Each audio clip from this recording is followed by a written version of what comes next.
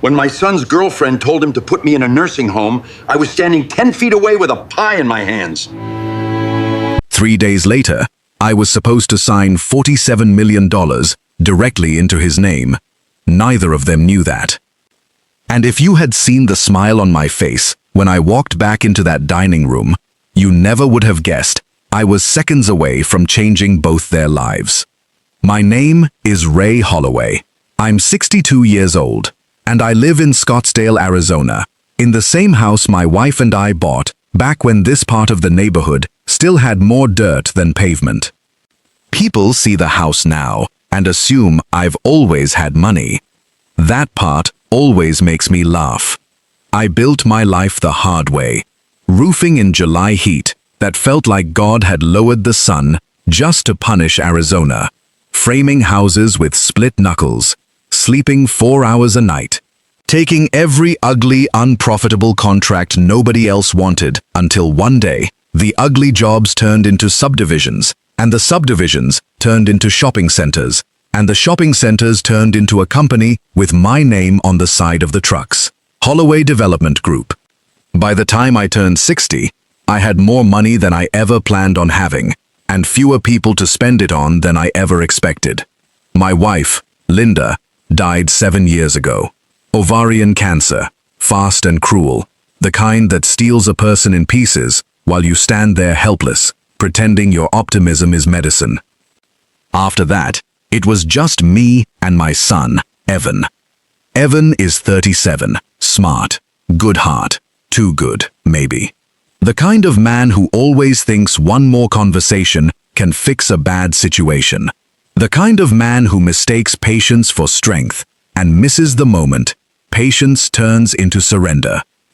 I love him more than I have words for. I also know his weak spots better than anyone alive. That's why I didn't like Brianna Wells from the start.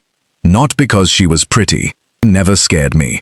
Not because she was younger than him. These days, everybody's younger than me. I didn't like her because she looked at people in layers. You could see it if you paid attention. First, she measured what someone could do for her. Then she adjusted her personality to match the opportunity. I saw it the first time she came over. She hugged Evan one way. She shook my hand another. And when the waitress at dinner got her drink order wrong, Brianna smiled at her with her mouth and cut her apart with her eyes. That was 8 months ago. Since then, she had slowly wrapped herself around my son's life like ivy. Not overnight. Women like Brianna don't rush. They study the emotional architecture first. They find the crack. Then, they widen it. Evan used to call me every Sunday morning without fail. After Brianna, the calls got shorter. Then sometimes they moved to Sunday night. Then, once or twice, they got skipped completely with some excuse about brunch, traffic, errands, work, fatigue. Little things. That's how control starts. It never announces itself. Now here's the part that matters. The Wednesday after that dinner was Evan's birthday. I had an appointment at my attorney's office in Phoenix at 10 in the morning. The paperwork was done. The portfolio had been reviewed. Taxes had been mapped out. Every property, every account, every piece of my company, not already sold or structured, had been prepared for one clean transfer. $47 million. Not in a trust. Not tied up in conditions. Straight into Evan's name. People can judge that if they want. I don't care. I knew what I was doing. Or at least I thought I did. I wanted him secure. I wanted him protected long after I was gone. I wanted him to have the kind of financial freedom I had to bleed for. Mostly, I wanted him to feel trusted. That Sunday, I had them both over for dinner because I was finally ready to tell him that something big was coming. Not the number. Not yet. Just enough to see his face light up. Enough to give my son a little joy before I handed him the rest of his life. I spent all afternoon cooking. Pot roast, mashed potatoes, green beans with bacon, apple pie. Linda always said no serious family conversation should happen on an empty stomach. By 6 o'clock, The house smelled like onions, butter, cinnamon, and memory. Evan walked in first, carrying one of those expensive candles Brianna probably picked out at the last second so they wouldn't show up empty-handed. He hugged me hard, and for a moment, I let myself feel it. That old relief, that old foolish fatherly hope. Then Brianna came in behind him. Cream sweater, white jeans, gold hoops, phone in hand, smile already on. "Ray, wow," she said, looking around my kitchen. "You really do keep this place up well. There are compliments that compliments, and there are compliments that are tiny insults wearing lipstick." I smiled anyway. "Good to see you too, Brianna." She air-kissed near my cheek. I hated that immediately. At dinner, Evan was quieter than usual. Brianna filled the silence the way she always did, talking about a new branding client, some rooftop event in Tempe, a couple she knew who had just moved into assisted luxury housing with amazing amenities, which felt strange enough at the time that I noticed it. I should have trusted that instinct right there. I asked Evan how work was going. He answered in half sentences. Brianna answered the other half for him. That, more than anything, got under my skin.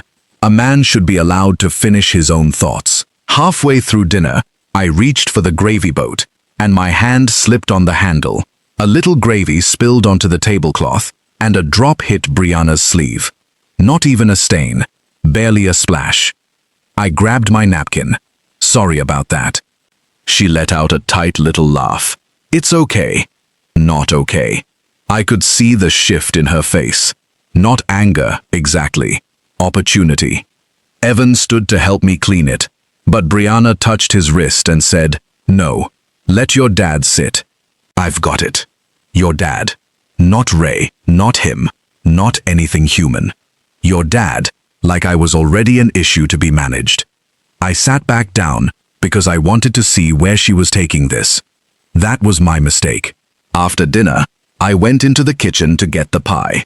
They stayed in the dining room, and I heard Brianna start in before I even picked up the knife. "Evan, we need to be realistic." Her voice was lower than before, but not low enough. I stopped moving. He sighed. "Bri, not now." "No, now. Because every time I bring this up, you avoid it." A cold feeling moved through my chest.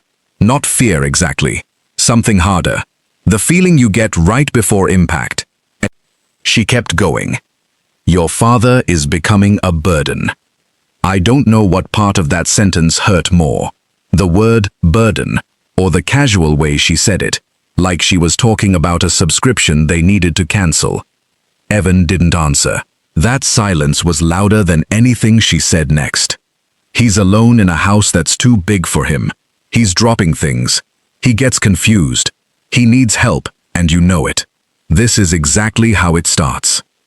I stared at the pie and felt my jaw lock. Confused? I'd spent that morning on a conference call, restructuring a land sale with 3 attorneys and an investment group from Denver. I had closed a 7-figure decision before lunch. But because I spilled gravy, suddenly I was halfway to the memory ward. Evan spoke, finally. "He's not confused." "Then what do you call this?" she snapped. "He forgets things. He repeats stories. He's living like it's 20 years ago. And every time he needs something, you come running. We can't build a life like this." "We." That always we, when she meant me. Then she said, the thing I can still hear, clear as church bells. "You need to put him in a nursing home before this turns into a crisis." I gripped the pie server so hard, my hand hurt. A nursing home. I was 62. I still drove myself, still worked, still lifted weights 3 mornings a week, still handled my own books, still had all my teeth, all my faculties, and enough money to buy and sell everyone at that table 10 times over. And this woman, in my house, after eating my food, was telling my son to warehouse me like damaged furniture. I waited for Evan to shut it down. to laugh in disbelief, to say, "Are you out of your mind?" Instead, I heard him say, "Maybe assisted living, not a nursing home." I felt something in me go dead still, not explode, not shatter. Still, that was worse, because anger can cloud you. Stillness clears everything. Brianna lowered her voice even more, but I caught every word. "Thank you. That's all I'm saying. Somewhere nice, somewhere with staff. He'd probably be happier, honestly. And then you wouldn't be stretched so thin all the time. We could finally move forward." There it was. Not concern, not compassion. Convenience. My son's future, according to Brianna Wells, began the moment I was removed from it. I stood there, with the pie in my hands, and thought about every check I had ever written for that boy. Every baseball camp, every semester payment, every time I bailed him out of a bad deal and pretended it wasn't a bailout so he could keep his dignity. I thought about Linda in her final month, too weak to walk, grabbing my wrist in that hospital room and whispering, "Take care of our boy, even when he's stupid." Especially then. I almost laughed remembering it, because she had known him so well. Then I had another thought, and it was colder than anything before it. Brianna had no idea who she was talking about. That gave me my composure back. I picked up the pie. I walked into the dining room. Brianna looked up first. Her face rearranged itself in less than a second. Concern, sweetness, performance. Evan wouldn't meet my eyes. That hurt more than I was ready for. "I cut the pie too early," I said, "so it may fall apart a little."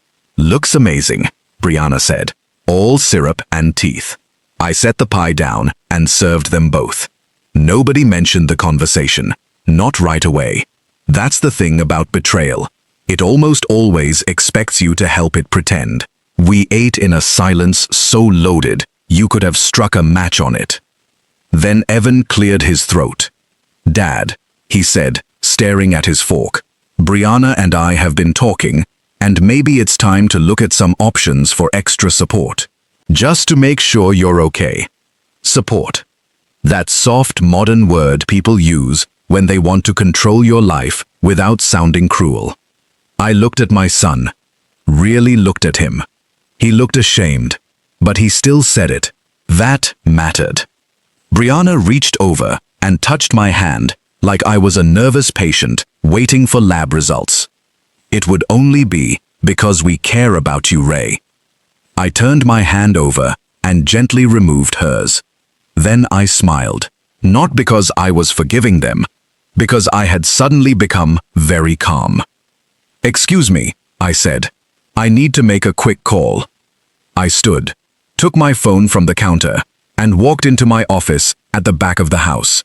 Same office where I signed contracts, paid bills, buried Linda, and planned to give my son everything. I shut the door. My attorney, Calvin Price, answered on the second ring. "Ray, everything all right?" "No," I said, "but it's about to be." He went quiet. "I need the transfer frozen tonight. Every document, every signature appointment. Wednesday is off." He didn't ask why. "That's one reason I've kept him 20 years. "Done," he said. "And Calvin?" "Yes?" "Tomorrow morning, I want you in your office by 8. I need a new estate structure. Ironclad. Conditional. I also need the name of the best private investigator you know." That got his attention. "Ray, what happened?"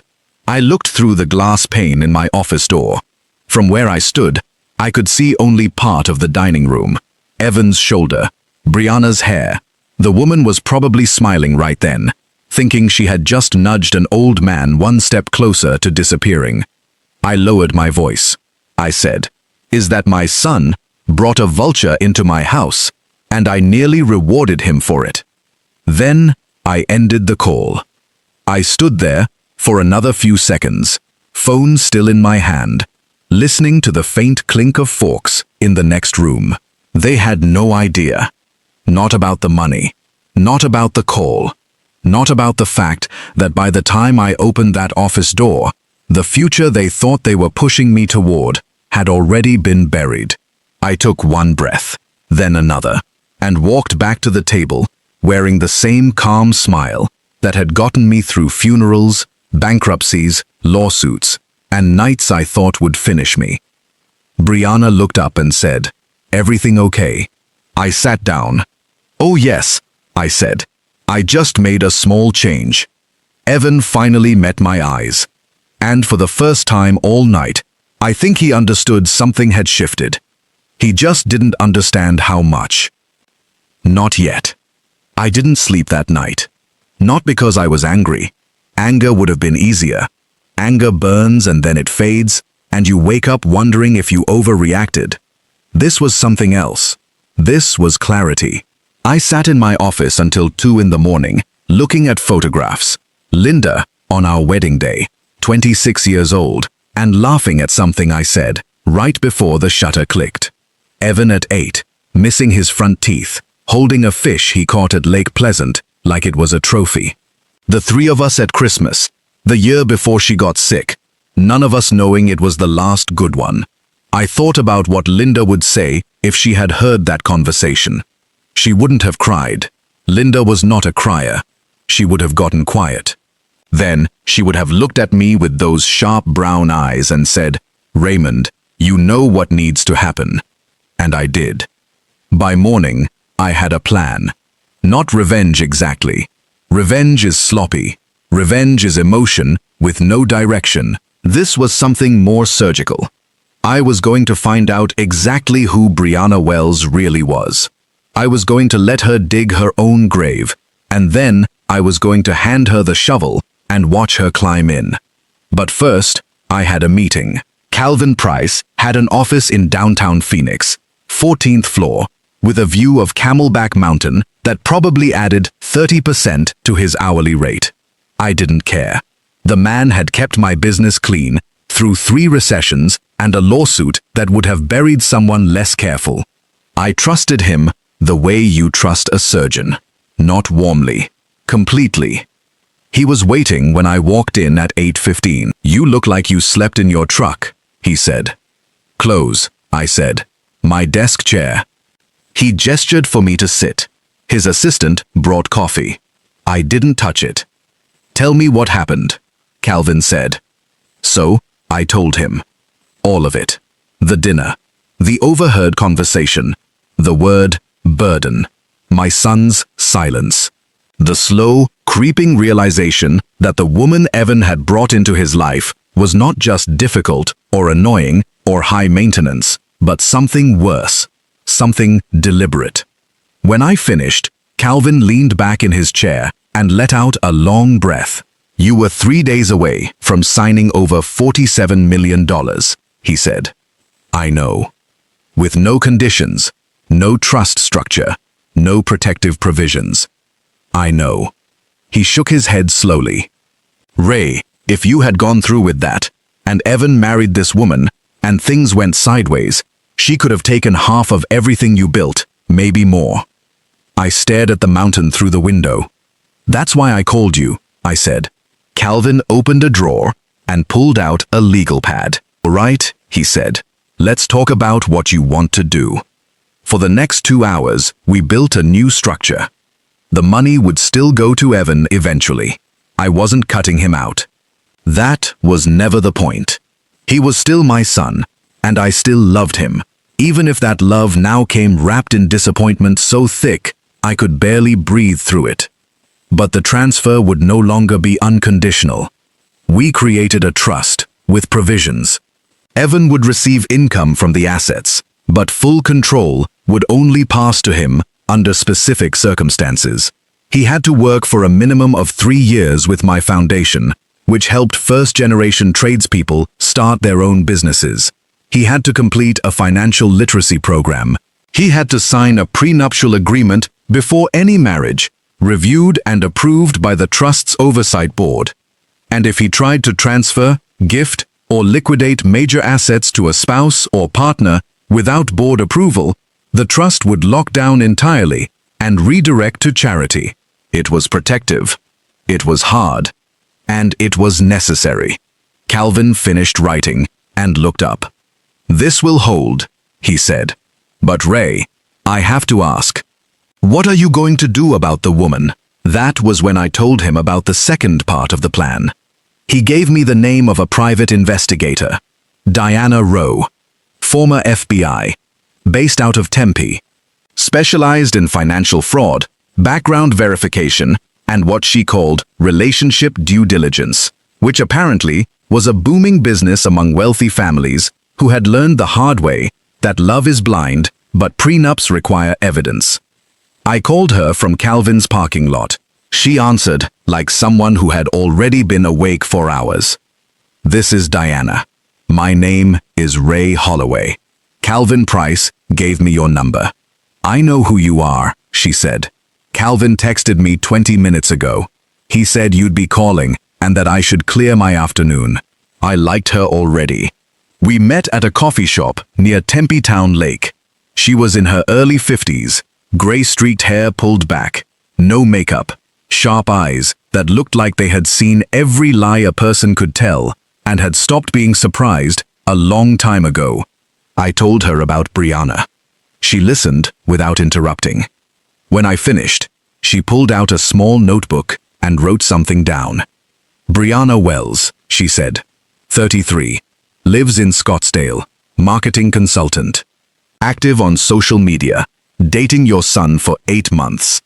That's her. "Give me 72 hours, Diana said. "I'll tell you everything she doesn't want you to know." 72 hours. I could wait that long. In the meantime, I had a different job, the hardest one. I had to pretend. I called Evan that afternoon, kept my voice light, told him I'd been thinking about what he said at dinner, and maybe he was right. Maybe I did need more support. Maybe I had been too stubborn. He sounded relieved, almost grateful. That stung more than the original betrayal, because it meant he had convinced himself that putting me away was an act of love. Brianna had done her work well. I told him I wanted to take some time to think about next steps. No rush. I'd keep him posted. Then I hung up and poured myself a whiskey and sat on the porch and watched the sun go down over the desert. The October air was cooling. The mountains in the distance were turning purple. Somewhere in the neighborhood, someone was grilling, and the smell drifted over like a ghost of better days. I thought about Linda again. I thought about how she would have seen through Brianna in 5 minutes. How she would have pulled Evan aside and said something quiet and devastating, and true. But Linda was gone, and Evan didn't have anyone left to protect him from himself except me. Diana called 3 days later. I was in my garage, pretending to organize tools, when my phone buzzed. "Ray," she said, "you need to come to my office, now." Her voice was different, tight, almost excited. I drove to Tempe in 22 minutes. She was waiting at her desk with a manila folder thick enough to choke on. "Sit down," she said. I sat. She opened the folder. Brianna Wells is not her real name. The room tilted slightly. Her legal name is Brianna Kowalczyk. She changed it 6 years ago after a civil lawsuit in Nevada. Diana slid a document across the desk. She was engaged to a man named Scott Pruitt, software developer, sold his startup for a little over $2 million. She dated him for 14 months. 2 weeks after they got engaged, he discovered she had opened credit accounts in his name, drained $40,000 from a joint savings account, and was in a relationship with a personal trainer named Tyler Vance the entire time. I stared at the document. She threatened a harassment suit if he went public. He settled. She walked away with $80,000 and a confidentiality agreement. I felt my hands tighten on the armrests. "That's not all," Diana said. She slid another document over. Before Scott, she was involved with a widower in Tucson named Hal Emerson, 61 years old, 2 adult children. She dated him for almost a year, talking about marriage, pushing him to add her to his accounts. When his kids got suspicious and started asking questions, she disappeared, took a car he had bought her. Never saw her again. I looked at the photograph attached to the file. Brianna's face. Younger. Different hair. Same eyes. Same smile. She's a professional, Diana said. She finds vulnerable men, usually wealthy, usually isolated, and she plays the long game. She's careful. She never crosses the line into outright fraud, which is why she's never been charged. But she leaves destruction everywhere she goes. I sat back. There's one more thing, Diana said. She pulled out a printed stack of text messages. Her phone wasn't hard to access. She's careless with cloud backups. I looked at the first page. A conversation between Brianna and someone named Megan. Brianna's words. He actually thinks I'm attracted to him. Lol. He's sweet, but boring. His dad's the real target. Old man has to be worth millions. Once we get him out of the way, it's easy. Megan's response. How are you going to do that? Brianna. Already planting seeds. Making Evan think his dad's losing it. Nursing home by spring if I play it right. I read it again. Then a third time. My hands weren't shaking. I was surprised by that. I was past shaking. What do you want to do? Diana asked. I looked up at her. I want her to hang herself, I said. And I want to be there when the rope goes tight. Diana almost smiled. Then let me tell you what I have in mind. For the next hour, she outlined a plan. It was elegant. It was patient. And it was absolutely devastating. By the time I left her office, the sun had set, and the Phoenix skyline was glittering against the dark. I thought about Evan. I thought about what it would feel like when he learned the truth. I thought about Brianna, sitting somewhere right now, probably planning her next move, believing she was the smartest person in every room she entered. She was wrong. She had walked into my house, eaten my food, touched my hand, and called me a burden. And she had no idea that the man she was trying to erase had spent his entire life building things that lasted, including this. I started the car. November was coming, and so was I. The invitation went out on a Friday. Handwritten, elegant. The kind of stationery Linda used to keep in her desk for special occasions. I found a box of it in the closet and thought she would have appreciated the irony. The card read, "You are invited to a celebration at the Holloway residence. Saturday, November 15th, 6 o'clock. Dinner and an important family announcement. Formal attire requested." I sent one to Evan and Brianna. I sent one to my attorney, Calvin Price. I sent one to Diana Rowe. And I sent 3 more to people Brianna had never met and never expected to see again. Scott Pruitt flew in from Reno. Hal Emerson drove up from Tucson. Tyler Vance, the personal trainer Brianna had been sleeping with during her engagement to Scott, arrived thinking he had been invited to discuss a fitness partnership with a wealthy retiree looking to fund a gym franchise. Diana had handled that part. She was good at creating opportunities that looked organic. The morning of the dinner, I stood in my kitchen and looked around at the same counters, the same tile, the same window where I had stood 3 weeks earlier, holding a pie and listening to my son's girlfriend plan my disposal. The house felt different now. It felt like a stage. By 5:30, the caterers had finished setting up. I had hired a company from Phoenix that specialized in private events, white tablecloths, real silver, candles, the works. Calvin arrived first. He shook my hand and said nothing. He didn't need to. Diana came next, dressed like a guest, carrying a small handbag that I knew contained a recording device. Then Scott Pruitt. He was thinner than I expected, nervous. When he shook my hand, his palm was damp. "Thank you for coming," I said. "Thank you for finding me," he said. "I've waited 6 years to see her face when she realizes she didn't get away with it." Hal Emerson arrived 10 minutes later, 64 years old, silver hair, quiet. He looked like a man who had spent a long time being ashamed of something that wasn't his fault. I sat him down with a glass of water and said, "You don't have to say anything tonight. Just being here is enough." He nodded slowly. "I want to say something," he said. "I want her to know she didn't break me." Tyler Vance showed up at 5:55, confused but intrigued, wearing a fitted blazer and the kind of smile that suggested he was used to being the most attractive person in any room. He had no idea why he was really there. That was the point. At 6:15, Evan's car pulled into the driveway. I watched through the window. Brianna stepped out first. She was wearing a black dress, gold jewelry, heels that probably cost more than my first truck.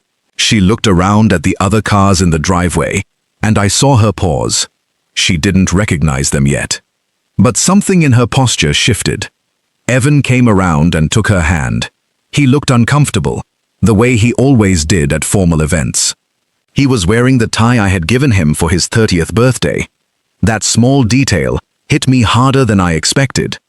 I opened the door before they could knock. "Welcome," I said. "Come in."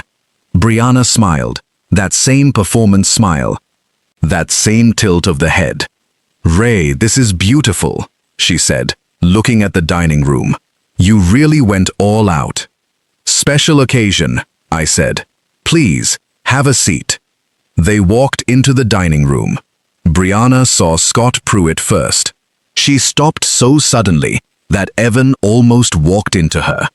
Her face did something I will never forget. It went blank, like someone had reached inside her and turned off all the lights. "Ray," she said slowly. "Who is that?" "Oh," I said.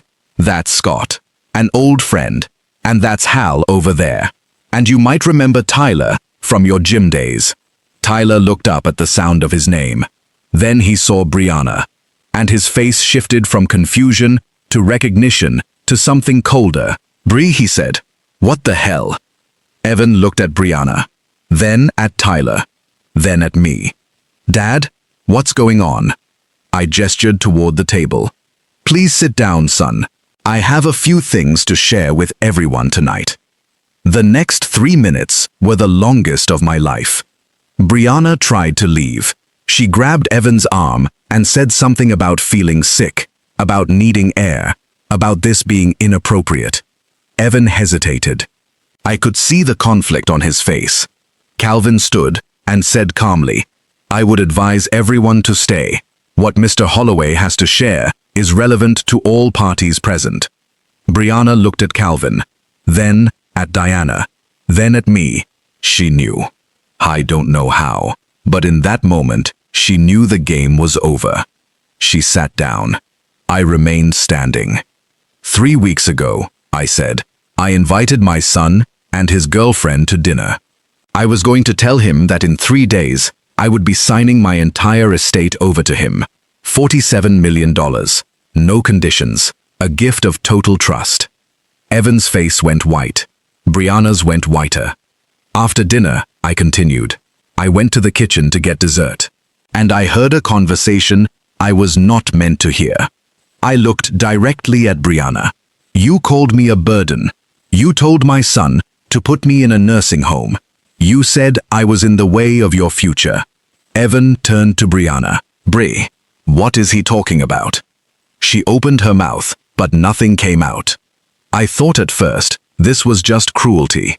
I said, selfishness. The kind of carelessness that comes from someone who has never had to build anything themselves. I picked up the folder Diana had prepared. But it turns out it was much more than that. I handed the folder to Evan. Her real name is Brianna Kowalczyk. 6 years ago, she was engaged to Scott Pruitt. She stole $40,000 from him, opened credit accounts in his name, and was sleeping with Tyler Vance the entire time they were together. Before Scott, she targeted a widower named Hal Emerson, dated him for a year, disappeared with his car when his children started asking questions. Evan looked at the documents, then at Scott, then at Hal, then at Brianna. "Is this true?" Brianna stood up so fast, her chair fell backward. "This is insane," she said. "You're all insane. Evan, we're leaving now." Evan didn't move. "Evan," she said again. Her voice cracked. He looked at me. "Dad, you were going to give me $47 million. I nodded. "And she didn't know," I said. "She thought I was a modest retiree with a nice house. That's why she wanted me gone. I was an obstacle, an inconvenience, a problem to be managed." I looked at Brianna. "You called me a burden," I said. "You told my son I was disposable. You sat at my table and ate my food and plotted my removal. I took a step closer. But I am not disposable. I am not a burden, and I am certainly not stupid." Brianna grabbed her purse and tried to walk toward the door. Diana stepped in front of her. "Miss Kowalczyk," Diana said calmly, "before you leave, you should know that Scott Pruitt has decided to void his confidentiality agreement given the emergence of new evidence of a pattern of conduct. His attorney filed the paperwork yesterday. Hal Emerson is considering civil action for fraud, and everything said in this room tonight has been recorded." Brianna's face crumbled. Not into tears, into something uglier. "You people are pathetic," she spat. "All of you. Ganging up on me like this. I didn't steal anything. I didn't force anyone to do anything. If these men were stupid enough to trust me, that's their problem." She looked at Evan. "And you? You think some victim?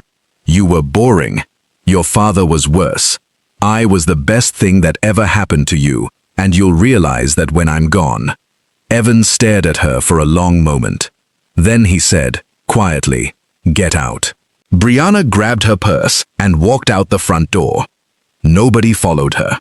Tyler Vance left 5 minutes later without saying a word to anyone. His investment opportunity had evaporated, along with whatever fantasy he had been constructing. Scott Pruitt and Hal Emerson stayed for dinner. We talked for 3 hours. They told their stories. I told mine. Evan sat quietly and listened, and somewhere around the second hour, I saw something shift in him. Not forgiveness, not yet, but understanding. At the end of the night, after everyone had gone, Evan stood in my kitchen, holding a glass of water and looking out the window at the dark desert. "Dad," he said, "I'm sorry." I walked over and stood beside him. "I know. I should have seen it. I should have trusted you." "Yes, you should have." He flinched at that, but he needed to hear it. "The money," he said. "Is it gone?" I shook my head. "It's in a trust now. Conditional. You'll have to earn it." He nodded slowly. "What do I have to do?" I told him about the foundation, the work requirement, the financial education, the prenuptial clause. When I finished, he was quiet for a long time. Then he said, "That sounds fair." I put my hand on his shoulder. "Your mother asked me to take care of you. She didn't say it would be easy. She didn't say you would always make it easy. But she asked me, and I'm not done yet." Evan turned and hugged me. It was the first real hug in months. I held my son and thought about Linda, and thought about the house, and thought about $47 million that would now serve a purpose beyond inheritance. It would teach. It would protect. And it would remind my son that love is not passive. Real love builds walls. Real love waits. And real love, when necessary, burns everything down to save the people who matter. Brianna Wells vanished from Scottsdale 2 weeks later. I heard she moved to California, somewhere near San Diego, probably starting over with a new name and a new target. I almost felt sorry for whoever she found next. Almost. Evan started at the foundation in January. He was bad at it at first. Awkward, uncomfortable with people who worked with their hands instead of keyboards. But he showed up. Every day, he showed up. And 6 months later, I watched him hand a check to a 24-year-old electrician starting his own business. and I saw something in my son's face I hadn't seen in years. Pride. Not the kind that comes from being given something, the kind that comes from earning it. I sat in my office that night and looked at Linda's photograph. "I did what you asked," I said to her. "It wasn't pretty, but it worked." The photograph didn't answer, but I could have sworn she was smiling.